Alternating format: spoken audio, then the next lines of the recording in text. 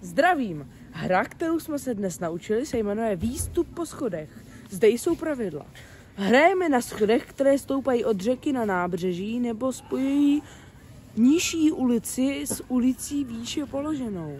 Každý hráč má 2 kamínky, jedním hází, druhý mu slouží jako značka. My jsme měli místo kamennou botu. Začíná se dole pod schodištěm. První hráč hodí jeden ze svých oblázků na nejdolejší schod. Když tam kamínek zůstane ležet, hráč položí místo něj svou značku a pak čeká, až na něho znovu přijde řada. Podruhé hází na druhý schod a značku smí posunout jen tehdy, když se tam oblázek zastaví. Jestliže spadne na vyšší nebo nižší schod, zůstává značka na místě.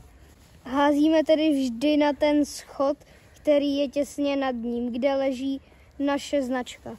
Kdo se nejdřív probojuje až nahoru na odpočívadlo?